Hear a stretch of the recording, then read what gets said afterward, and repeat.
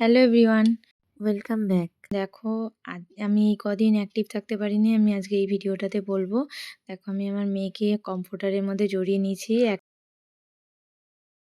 যখনের এই ভিডিওটা তখন অনেক রাত ছিল। এই দেখো, আমি, অভিজিৎ দা, আমার দেওর আর আমার বর, আমার ডোডো।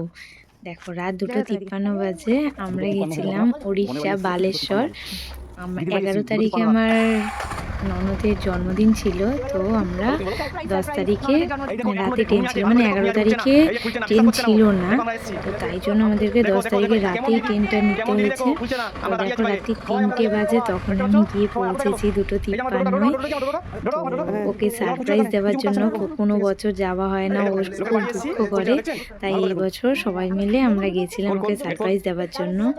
কিন্তু আমি আমার মেয়েকে নিয়ে গেছিলাম, ভাবছিলাম খুব অসুবিধা হবে, কিন্তু কোনো অসুবিধা হয়নি, আর মেয়ে পুরো সুস্থই ছিল। আমি এমন কমফোর্টারে ওকে জড়িয়ে নিয়েছিলাম। ট্রেনের মধ্যে এতই গরম লাগছিল, ভাবছিলাম যে অনেক ঠান্ডা ওর কষ্ট হবে, তো সব সোয়েটার খুলে দিতে হয়েছে। তো ও পুরো সুস্থই ছিল। তো দেখো, আমার ননদ কত খুশি, ও ভাবতে পারিনি যে আমরা আসবো। কেমন লাগলো জানি।